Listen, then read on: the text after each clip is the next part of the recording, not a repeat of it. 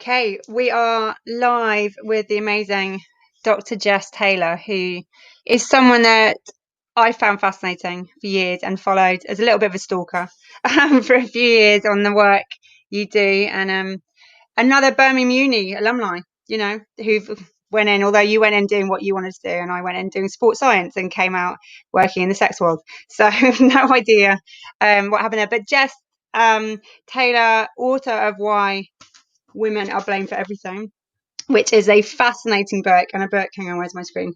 That it's kind of one of those books that you don't have to read sort of cover to cover straight away. It's a book you go in, I kind of go in and out of and look at the different chapters. And if I think of something to do with women and sexuality and the language used, I'll go, oh, hang on, there'll be something, let me just look up. There'll be a chapter in there that I read, and your amazing setup, VictimFocus, which I'll let you explain in a bit. But starting at the beginning of how, because there's lots of people I meet who have amazing jobs and they're doing amazing work, and I love I love stories behind, and I love why people do the things they do and the passion that drives them. So how did you get into doing what you do and working in such an amazingly important area? So I think the best way to, like, from some starting point is that I was a teen mum, and I had 2 children by the time when I was 19. And I remember just thinking, when my second baby was born, and I remember just sitting in the middle of the night feeding him and just thinking, I've got to do something useful. I want to use my brain and I want to do something.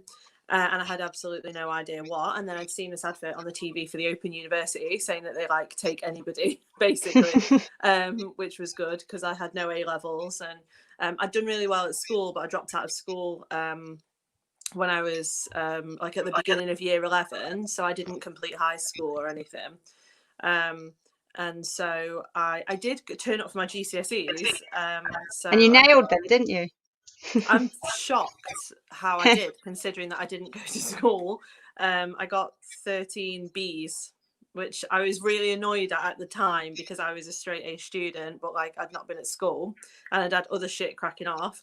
So I remember being devastated that I didn't get a single A, and I actually didn't open my GCSE results until I was 26. I kept them in the envelope. I wouldn't open no way. I just knew that I'd never got an A, so I never opened them. So anyway, I wanted to do something. I saw this advert on the TV saying that you could go to university, and I also had some spare time around work and having the kids. So on a Friday, I had this spare day. So I basically went down to my local volunteer centre and said that I had a free day on a Friday, and asked what I could do that was useful. And they just interviewed me and then said, we'll get back to you if there is anything.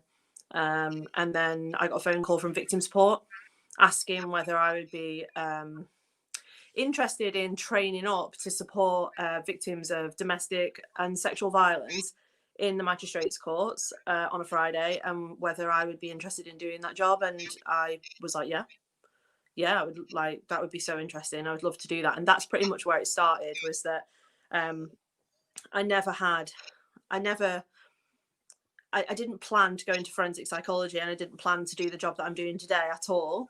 It's been a slow development of me and of my ideas through the jobs that I've done and through the thousands of children and adults that I've supported over the years. Was that through those jobs, so I was volunteering in the courts, and then a job came up for assistant manager of the magistrates court, and I was 20, and I thought, I've always been that way. I just thought, fuck it, I'll just in for a penny, in for a pound, I'll apply for it and see what happens.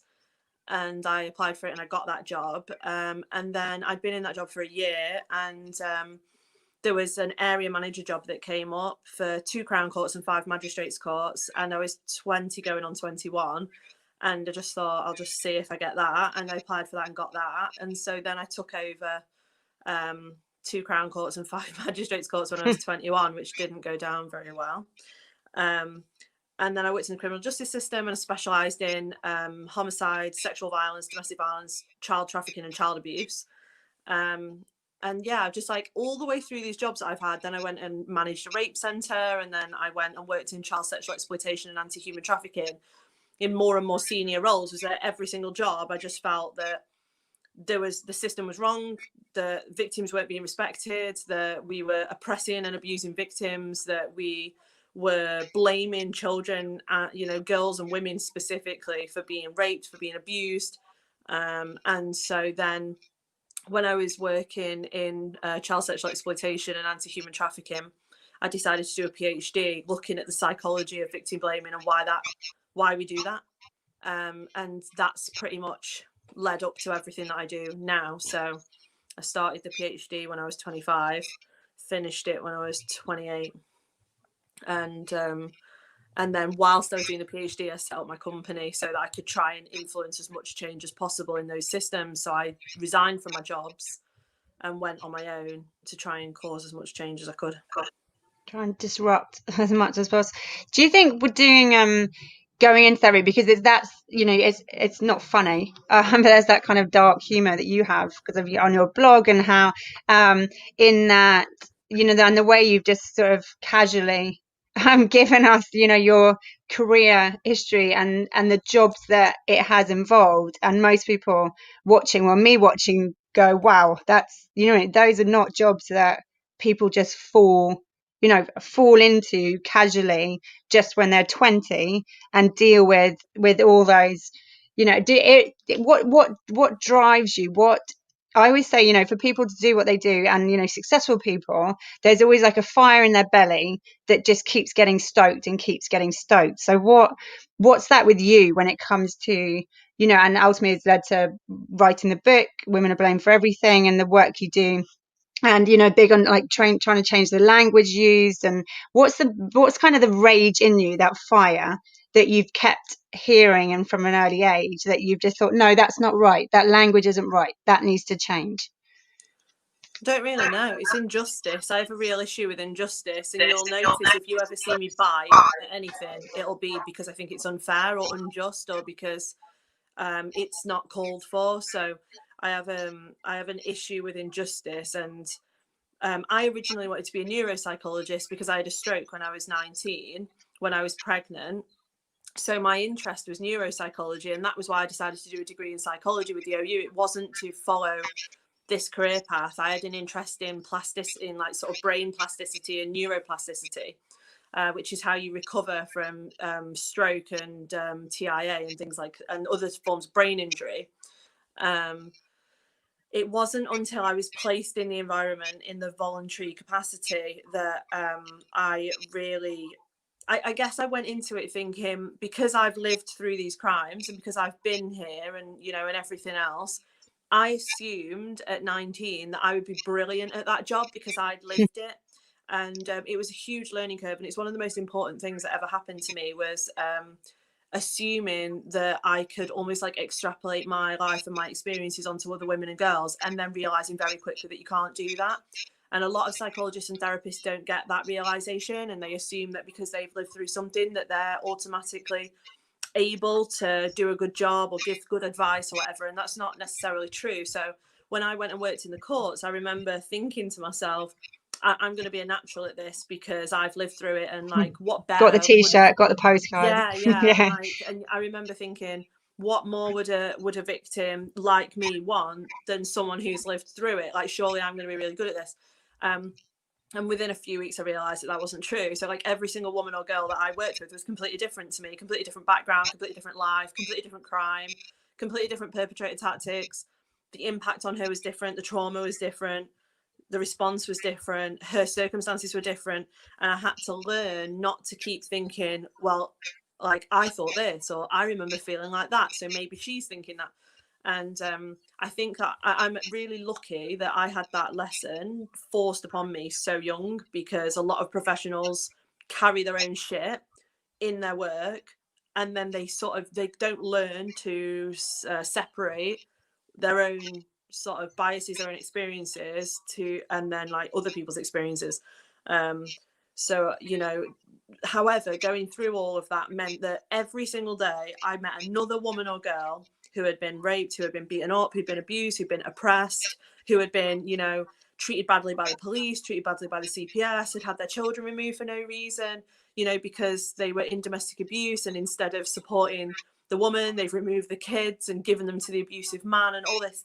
And basically I lived in a world where all of these cases were coming through. They were the type of cases that other people will tell you don't exist, like, oh, we don't do that anymore, we don't treat women like that anymore, you know, the police don't act like that anymore, the CPS would never ask questions like that anymore. And I was dealing with those cases every single day, knowing that it was still real.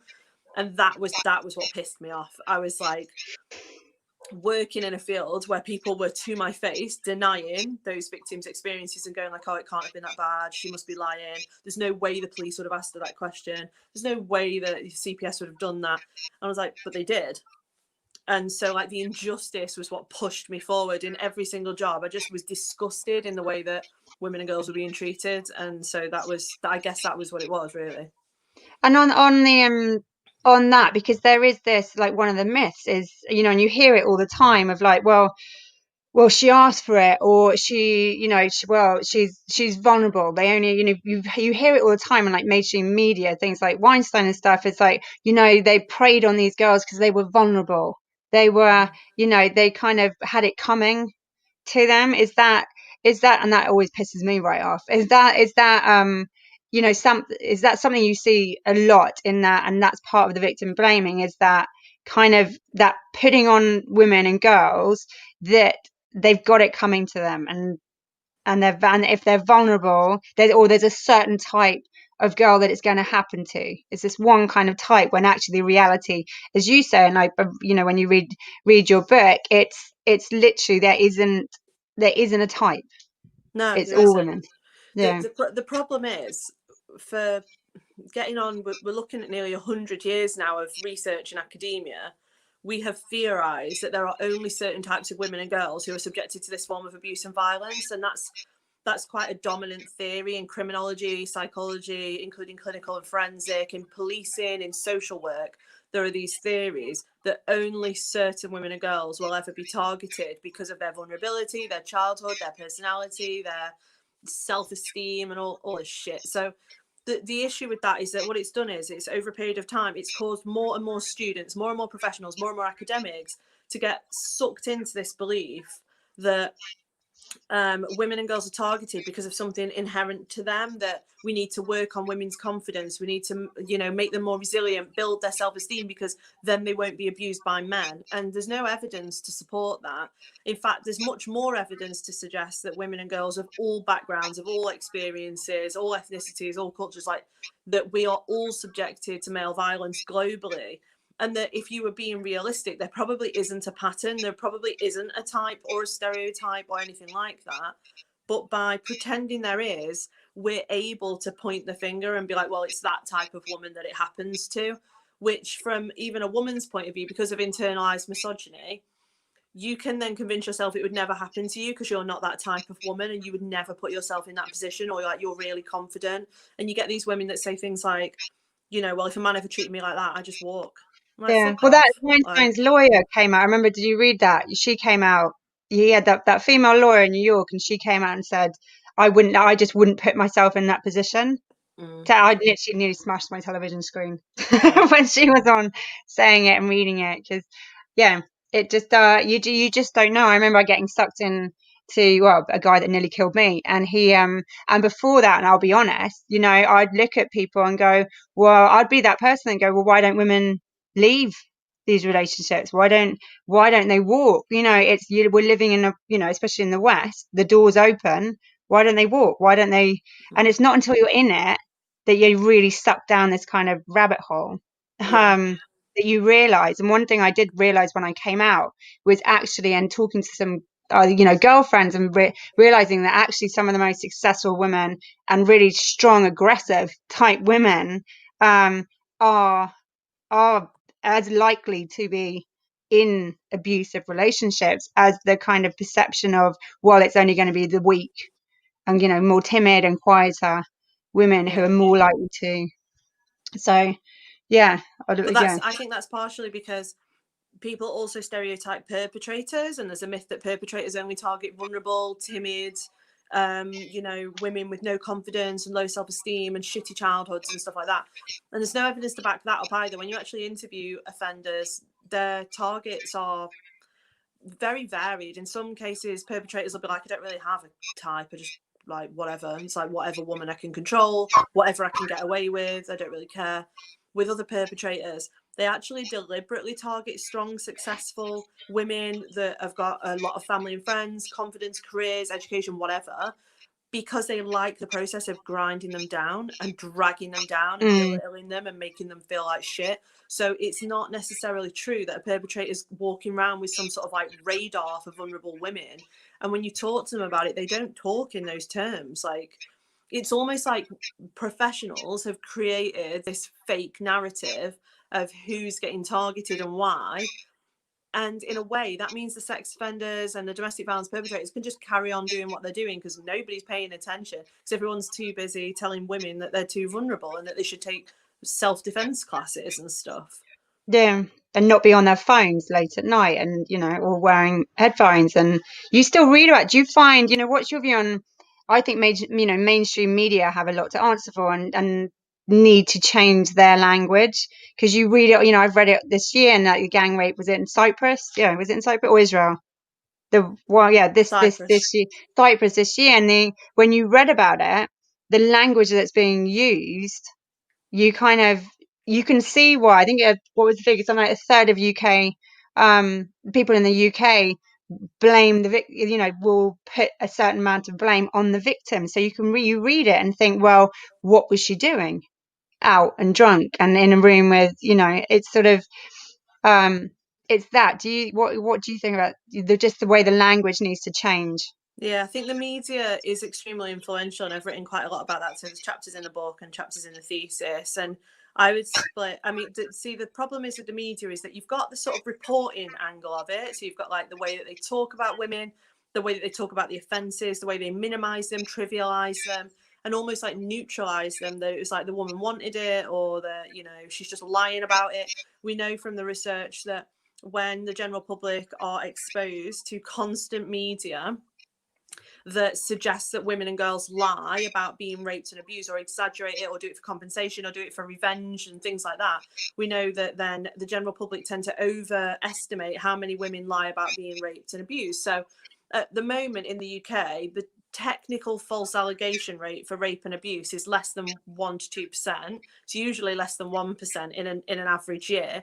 But when you ask British public like how many rapes a year do you think are false allegations, they'll usually say between 30 and 50%. Wow. So that'll be to do with every single time the media gets their hands on a case that doesn't go through, they often call it a false allegation. But that's not technically true, because just because you can't go guilty on a case doesn't mean it was a false allegation. It might just mean that they can't prove it beyond reasonable doubt. But perpetrators will then say like, look, it never happened, she was lying, I'm vindicated, I never did anything wrong. That's not technically what a not guilty means in the UK. It usually means that they weren't able to prove beyond reasonable doubt, which is what our sort of level of evidence is. But then you've got to look also at how pornified the media is, and how we objectify women and girls in the media, and how obsessed we are with using sex to sell, and using women's bodies and girls' bodies to sell. And that's got more and more serious over the years, to the point where I've got some things that I've written and shown some adverts. You can look them up. I wouldn't want to share them because I don't want to further exploit children. But if you look at what some of the biggest marketing companies are doing in terms of sexualizing girls that are like 10, 11 years old, 12 years old, putting them in, adult clothes, adult positions, making them look sexy, giving them bed hair, putting full faces of makeup on them to sell underwear, to sell clothing, we are really impacted by porn and by objectification. I wrote a blog a few years ago, which was the first blog I ever wrote that went viral, called Sexy Swimsuit Babies. And it was about an entire lingerie company that sell lingerie just to babies. So it's I've got all the screenshots and stuff in the blog, and they're still operating. Sometimes it comes up on my Facebook ads. I'll just be scrolling through, and the company still exists, and they specialize in selling proper lingerie to But that's just newborn, from wrong. newborn to like That's wrong. 3. Yeah, and there's like pictures of babies in lace, like bikinis, and sucking lollipops and wearing thongs and stuff. And that was like the shock for me, and the reason I wrote a blog about it was because I scrolled past it on Facebook and thought, what the fuck is that? And then saw thousands and thousands of comments. And I assumed that the comments would be people being like, this What is the hell is this? disgusting. What the hell are you doing?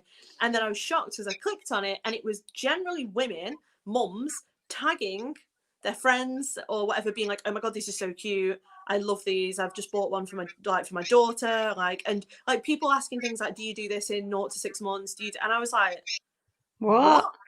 Like, what planet are we on? And that shocked me. So I wrote a whole blog about the way that we sexualize children and infantilize adults and stuff like that, which is like, we talk quite a lot about the psychology of sexualization in the book as well.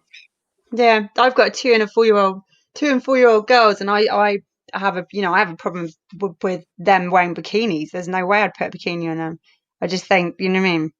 Yeah, but that's just my choice. Thinking when I see little 2, 3, 4-year-old girls in really, proper like sort of adult looking bikinis, I'm like, why?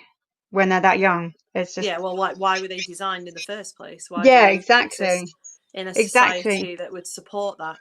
And I love your whataboutery word, because I'm always doing that you're saying, and did you get it with your book? Because why women are blamed for everything. I'm sure there are people that went, well, what about men? What about men? They get attacked. They are victims of domestic abuse. There always seems to be, whenever I post anything up, there always seems to be someone or several people that give the whole, but what about? On the man front. To be honest, I don't rise to it anymore. It's just derailment. It's not even a proper argument. It's not people that are actually concerned with the abuse of men or the trauma that men and boys might have been subjected to in their childhoods or in their adulthood.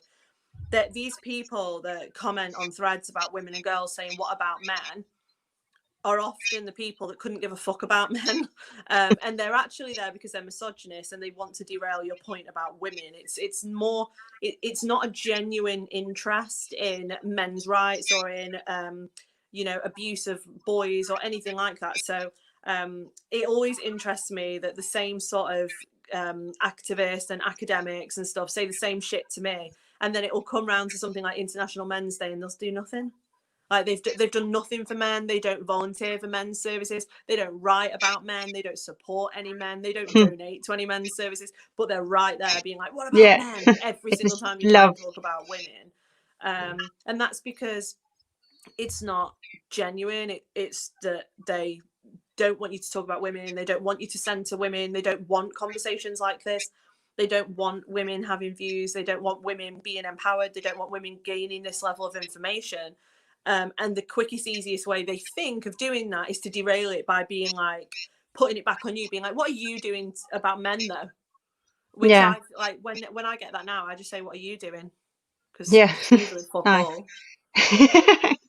And we're on the misogyny front, because one thing I find is that I get as many abusive comments from women as I do from men. There's this internalized misogyny in so many women, and I generally think a lot of women don't realize it's that. And where do you think it comes from? Like, where do you think my mum was here earlier, and I told her that this is what we're doing, and I mean, she had a 37-year very coercive control awful relationship with dad, and she said she gets really angry with herself because she looks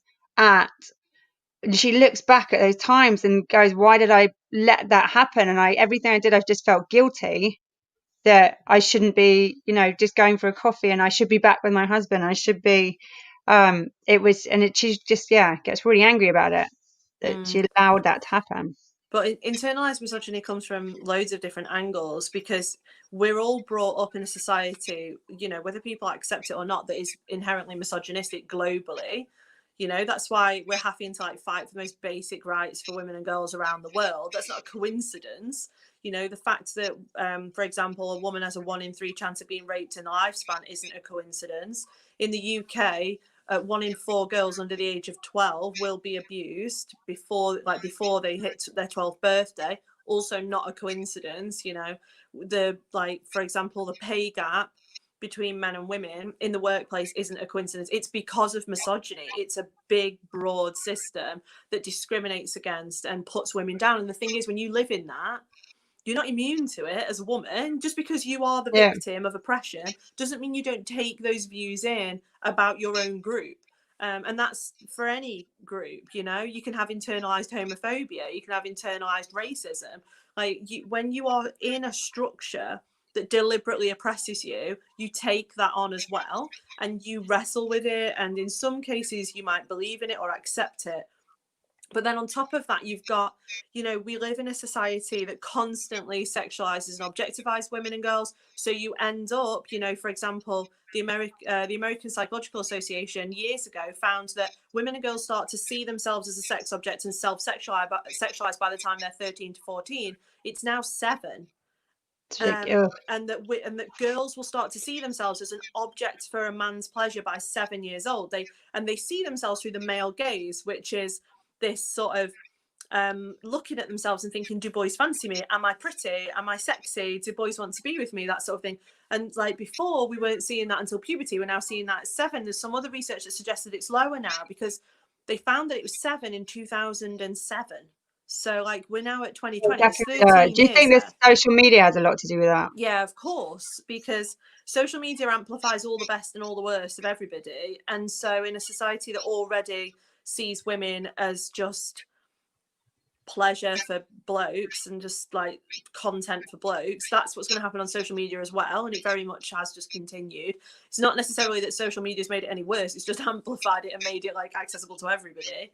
But then on top of that, because of the fact that the prevalence rate of the abuse and oppression of women and girls is so high anyway, we know from the research that if you have been subjected to abuse, if you have been subjected to a rape, you are actually just as likely to victim blame another woman or girl as if you haven't ever been through that.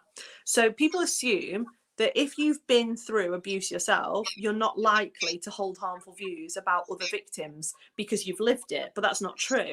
So whenever we do attitudinal testing with women and girls who have actually been subjected to that form of male violence, and then you sort of look at whether they then blame other women and girls, they tend to blame them at the same rate as anybody else would.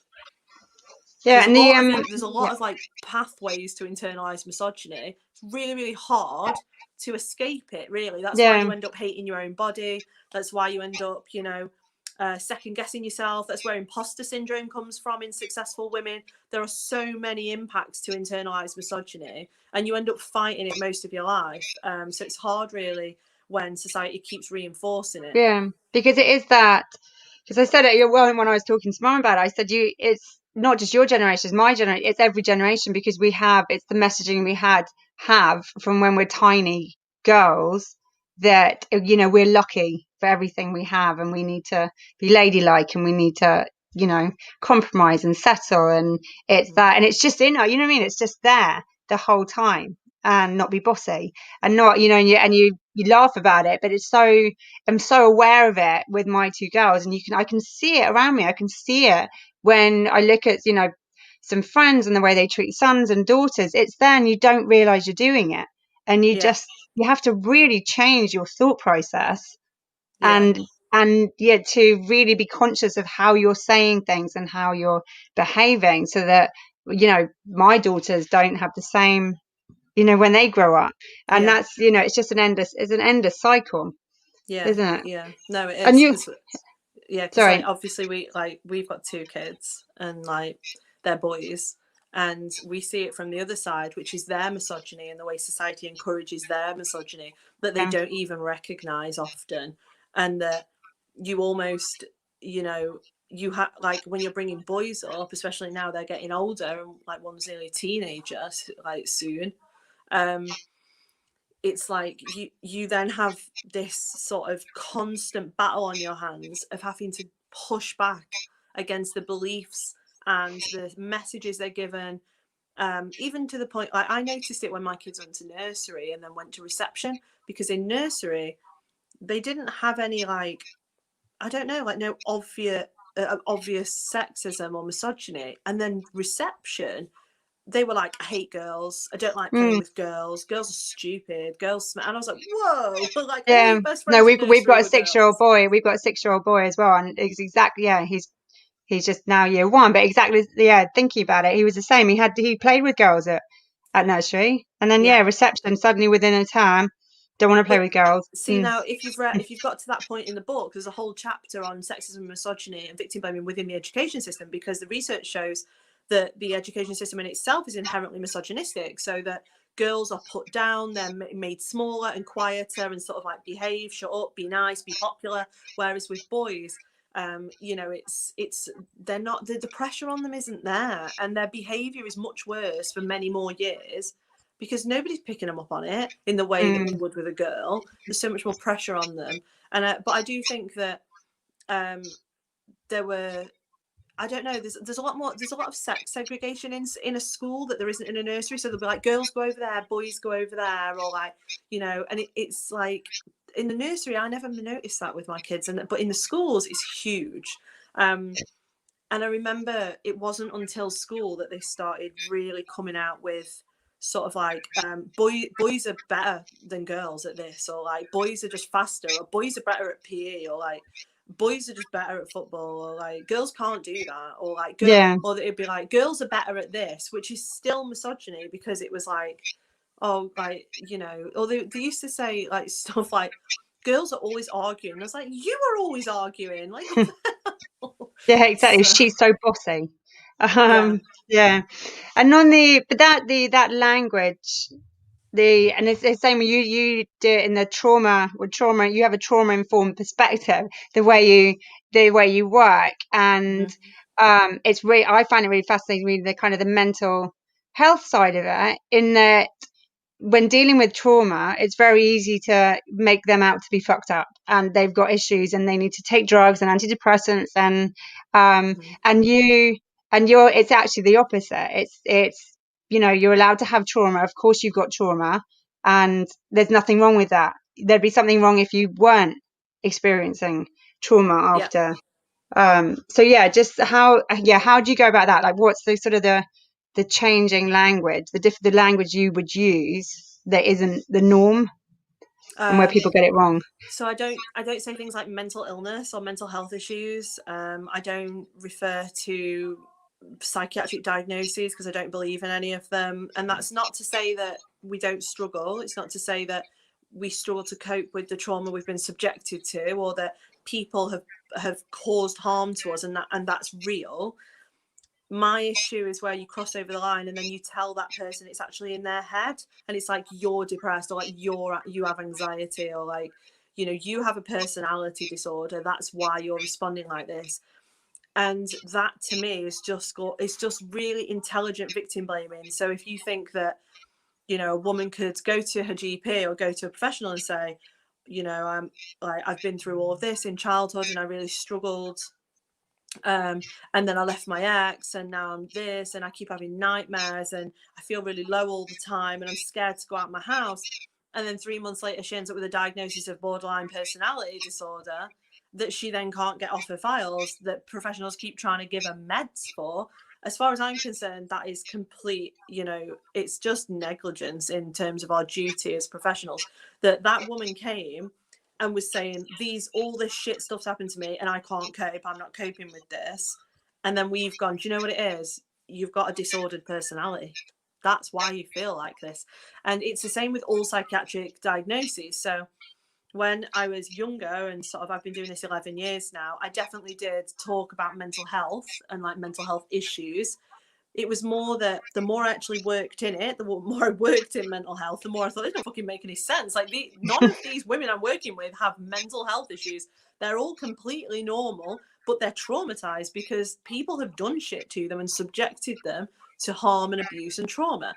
So why would I then collude and be like, yeah, you're mad? That's what it is. It's like, you need to keep taking your pills. I just would never do that. And the thing is, when I moved into children's services and the abuse and trauma of children, it's exactly the same. You've got 12-year-old girls on sertraline. Like, why? Something has happened. Don't put 12-year-old girls on antidepressants. You know, it's like the guidance very clearly says, like the NICE guidance says, to not medicate and diagnose children. And yet thousands of abused and traumatized children in the UK are going through CAMS, being given disorders, diagnoses, and then being medicated. And people bullshit you and tell you that that's not happening, but it is. Like when I worked at the rape centre, I worked with a teenage girl who was having ECT, electroconvulsive therapy, which people tell you that doesn't happen. It was on the NHS. People tell you the NHS doesn't do that to children. They do. Like, that girl used to come to me every week and she was like a zombie. And that was because ECT causes concussion. It causes brain damage. And so this girl had been raped and abused, and then they had argued essentially that she had treatment-resistant depression and that the only treatment that would work on her was ECT. And then she just had rounds and rounds and rounds of ECT, and then would come to her counselling sessions at our rape centre, and you couldn't get a word out of her. She was knackered. She'd just fall asleep sometimes on the sofa. I'd just leave her sometimes and just like keep an eye on her and let her rest, because I'm not going to do therapy or like support a teenage girl who's just gone through several rounds of ECT, who can't string a sentence together because she's so concussed. And everyone's going, isn't she calmer? She's so much calmer after the ECT. And I was like, she's not calm, she's concussed. Yeah. And so like that was when I really started to get angry, was when I was working with women and girls who, you know, I used to work with women who would say, there's nothing you can do for me. I've spoken to my CPN, I've spoken to my doctor, my psychiatrist says that there's no cure.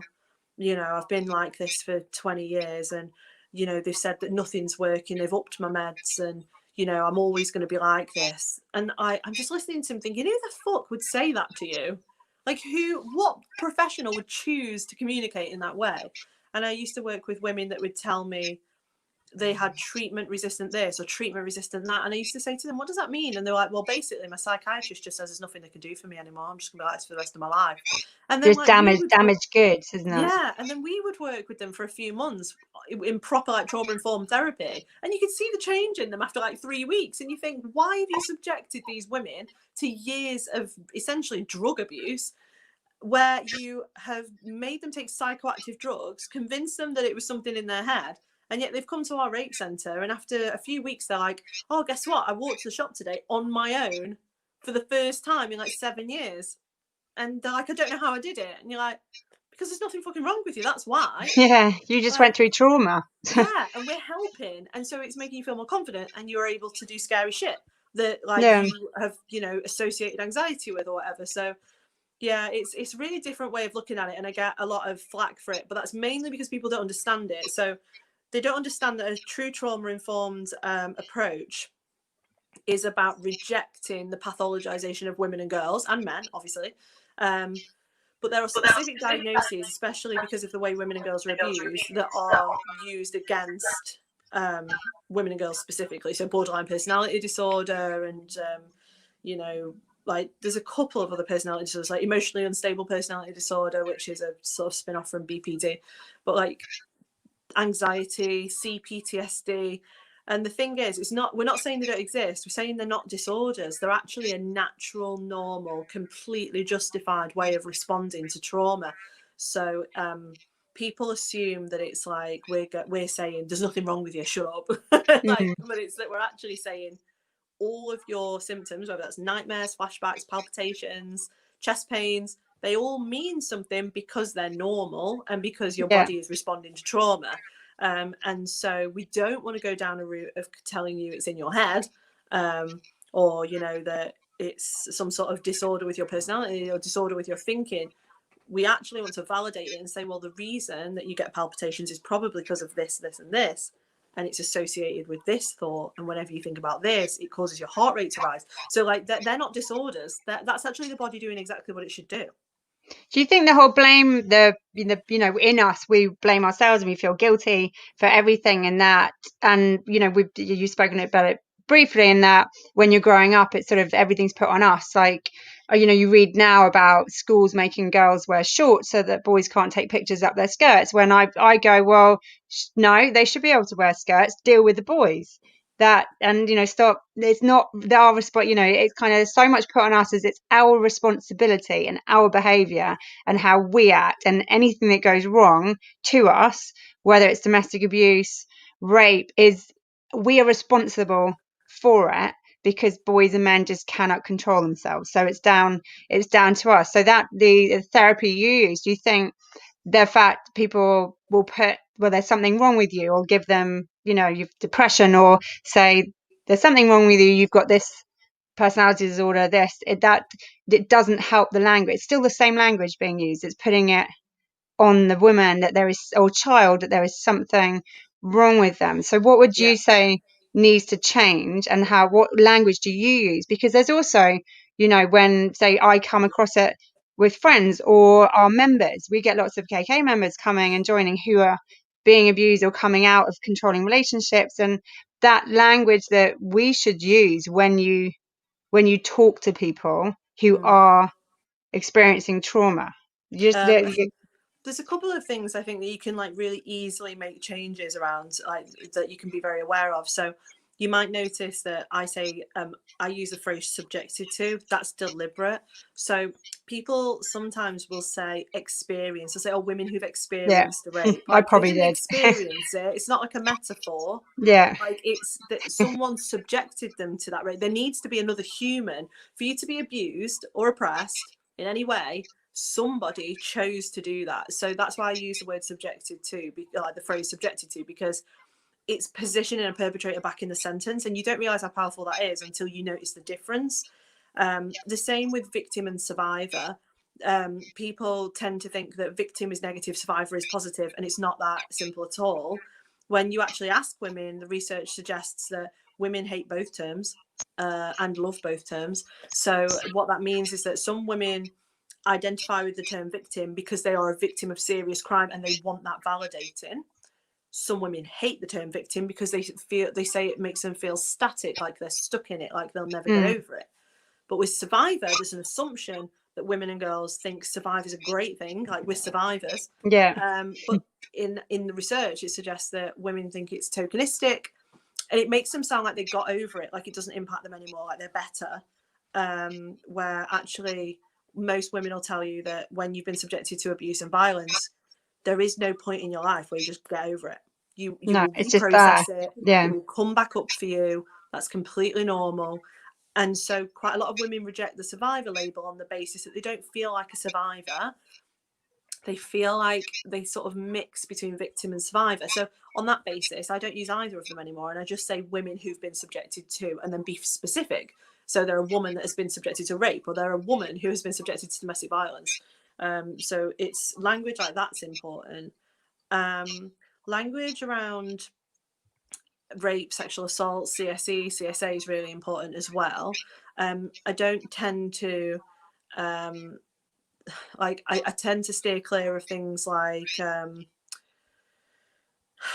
I don't know, sort of like interpersonal abuse or relationship abuse, or people say domestic violence relationships, and you think like they're that's what they're trying to, you can tell what they're trying to get at, but the language isn't right.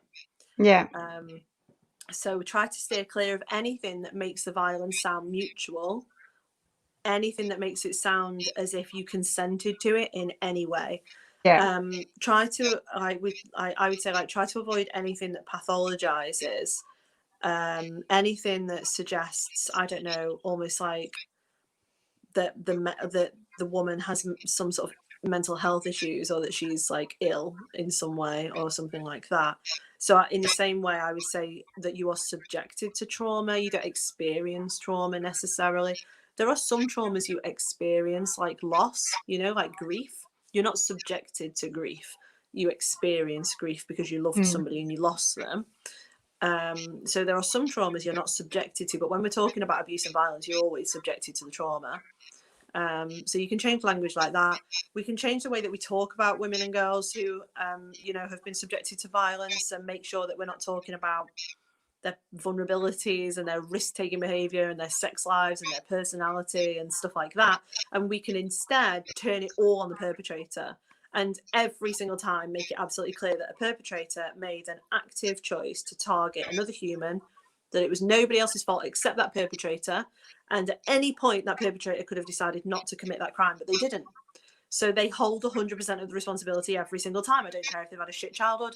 I don't care what's going on in their life. I don't care if they're stressed at work. They still made an active choice to harm, like, and often seriously harm, usually a woman or girl who actually trusts them and cares for them and loves them. So, you know, I try to use language that deliberately blames perpetrators and puts them, you know, in that position rather than putting women in that position. Yeah, because there is that, you read about it the whole time. It's, you know, or get told, you know, don't walk the streets, you know, don't get off a bus in the dark at 2 a.m. and walk that way. And but actually, it's exactly that. It's just so, you know, it's so simple when you put it that it's their choice. Yeah. You know, it's nothing to do with us. It's like us walking and wearing what we wear is not. I hate that phrase that they're asking for it. The woman was asking for it. She was drunk. She was asking for that. But what, just to end, because we could talk for hours, but just to end, tell us about the work you're doing, your set up VictimFocus, and what people can get off that. Yeah, so VictimFocus is our sort of, it's quite complex in what we do, that we sort of do lobbying and research. We provide free resources. We create resources for professionals. We have a free course called Caring for Yourself After Sexual Violence, which is for anybody. It's completely anonymous. You don't have to put any details in, and you can go through a full 7-module e-learning course on just learning about your own trauma responses and learning about your feelings about abuse and stuff, and about what you've been subjected to. So we have like all of our free stuff, and then the way that we do that is by selling things like e-learning training to companies. And so people can do e-learning and they can access our materials and stuff like that. We also reinvest a lot of our profits into niche research. So, and then we publish the reports for free. So we don't put any of our stuff in paywall journals, which is something that I chose not to do after I left academia.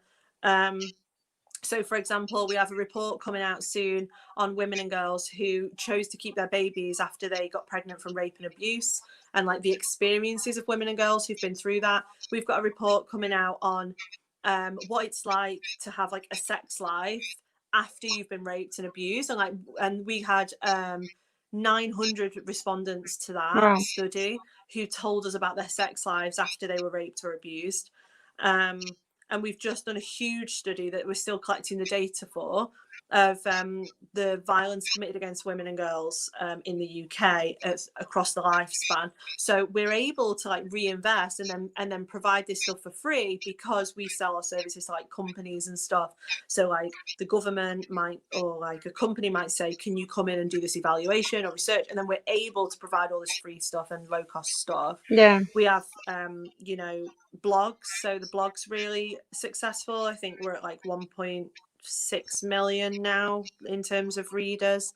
And like usually once a month, sometimes more, I'll put a blog post out that is usually quite critical. They're quite challenging. They're not easy reads, but they're about like trying to flip the way that we think about victim blaming or about misogyny and stuff. So blogs tend to get us in trouble. But yeah, like we do a lot of stuff through VictimFocus. It's grown huge. It's in its 4th year. It's just going into its 4th year of operation, and we're growing again at the moment. So yeah, that's it really. We've got a store which is at victimfocus-resources.com. It's Black Friday sale at the moment, so it's 50% off everything. You just put it in your basket, and it's like international shipping and whatever. So you got all the journals and books and flashcards and stuff is all 50% off. But then for all the free stuff and all the information, it's victimfocus.org.uk, and that's like all. We'll put it all on the we'll put all the info under the videos when they go up. But it's amazing. The cards are, I was looking at the shop part and the cards and the kids stuff. It's really clever. So do you know what? Carry on. Don't stop.